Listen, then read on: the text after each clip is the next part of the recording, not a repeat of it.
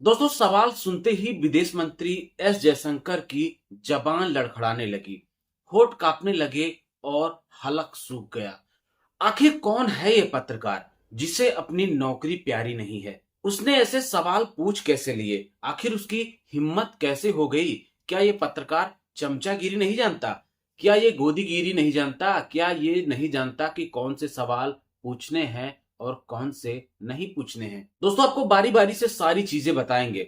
सबसे पहले हम चाहेंगे कि आप देखिए कि सवालों को सुनते ही कैसे विदेश मंत्री एस जयशंकर की चेहरे पर हवाइयां उड़ने लगी। Look, I think where we had the recent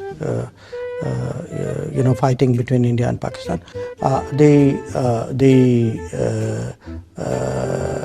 दोस्तों, ऑपरेशन सिंदूर पर लागू हुए अचानक से सीज फायर पर पूरे देश भर के मन में दर्जनों सवाल उठने लगे। सवाल ये कि क्यों किया गया युद्ध विराम जब हमारी सेना लगातार जीतती हुई आगे बढ़ रही थी? किन शर्तों पर किया गया ये सीज फायर? क्या डोनाल्ड ट्रंप की गीदड़ भभकियों से डरकर ये सीज फायर का फैसला लिया गया या फिर व्यापारिक सौदा किया गया? आखिर उन 4 आतंकियों का क्या हुआ जिन 4 आतंकियों ने पहलगाम के 26 निर्दोष यात्रियों की हत्या धर्म पूछकर बेरहमी से कर दी थी? क्या उनमें से कोई पकड़ा गया? आखिर मोदी सरकार ने पाकिस्तान के से आए हुए इन आतंकियों पर रहम क्यों खा लिया?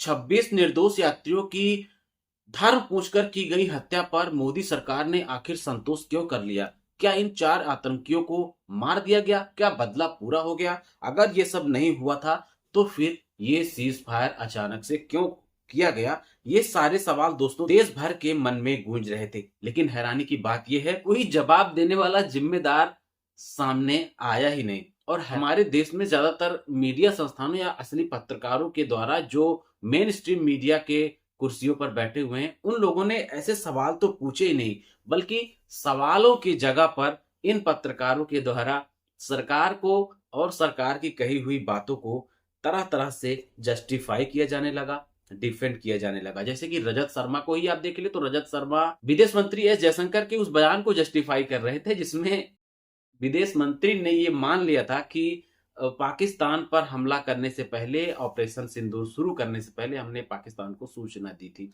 लेकिन मीडिया ने सरकार को बचाने का काम किया, उस पर कोई सवाल नहीं किया। रजत शर्मा हो, रूबिका लियाकत हो, अमन चोपड़ा हो, ये सभी लोग, ये सारे पत्रकार सवाल पूछने वाले विपक्ष के नेताओं को टीवी पर दबोचते दिखाई दिए। सभी ने विपक्ष के सवालों को, जनता के सवालों को दबाने का प्रयास किया। खैर, इन चमचागिरी करने वाले एंकरों के मुंह पर तमाचा साबित होने वाले इस विदेशी पत्रकार के सवालों को सुनने के बाद दोस्तों आपको पता चल जाएगा कि पत्रकारिता क्या होती है और पत्रकार किसे कहते हैं। खैर, आपको बता दें कि यूरोप के दौरे पर इस वक्त विदेश मंत्री एस जयशंकर हैं, जहां पर नीदरलैंड की मीडिया में एक इंटरव्यू के दौरान इस पत्रकार ने विदेश मंत्री से सवाल कर लिया। दरअसल भारत पाकिस्तान के इस युद्ध के बाद दोस्तों क्या हुआ कि दुनिया भर में हमारे देश के नेता लोग, चाहे वो पक्ष के हों या विपक्ष के हों, सभी लोग एक अलग अलग डेलीगेशन बनाकर दुनिया भर में जा जाकर पाकिस्तान की करतूतों को बताने का काम कर रहे हैं। इसी बीच विदेश मंत्री नीदरलैंड पहुंचे हुए हैं अपने यूरोप दौरे में। नीदरलैंड की मीडिया ने इंटरव्यू के दौरान विदेश मंत्री से ये सवाल कर लिया। पहला सवाल था कि क्या ट्रंप ने भारत और पाकिस्तान के बीच सीज फायर करवाया, जो वो दुनिया भर में घूम घूम कर ये चीजें बता रहे हैं, 7-8 बार बोल चुके हैं, तो क्या ये सच है? ये सवाल सुनते ही दोस्तों विदेश मंत्री का गला सूख गया, उनके चेहरे का रंग उतर गया। वो समझ नहीं पाया कि आखिर इस सवाल का जवाब कैसे देना है। जवाब बिल्कुल घुमा फिरा कर दिया। स्पष्ट रूप से ये नहीं कह सके कि ट्रंप सफेद झूठ बोल रहे हैं। अगला सवाल जो था दोस्तों वो पूरी तरीके से भारत की सरकार को और बीजेपी सरकार के मंत्री को बिल्कुल हिला देने वाला था। वो सवाल ये था कि आपने सीज फायर तो कर दिया, लेकिन क्या आपका उद्देश्य पूरा हुआ? उन 4 आतंकियों में से कोई मारा गया या कोई पकड़ा भी गया?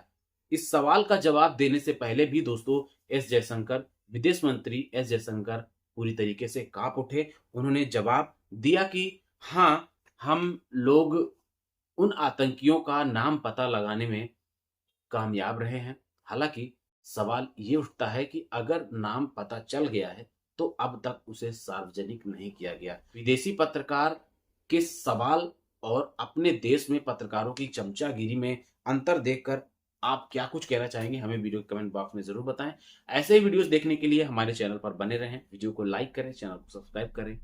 फिर मिलते हैं अगली वीडियो में, तब तक के लिए नमस्कार। गोदीगिरी के जमाने में ऐसे बेबाक कंटेंट सिर्फ बनाना ही नहीं बल्कि शेयर करना भी हिम्मत का काम है। तो आगे आइए, हमें और निडर बनाइए। कम से कम एक शेयर जरूर कीजिए, व्हाट्सएप, फेसबुक, इंस्टाग्राम, जहां कहीं भी हो सके।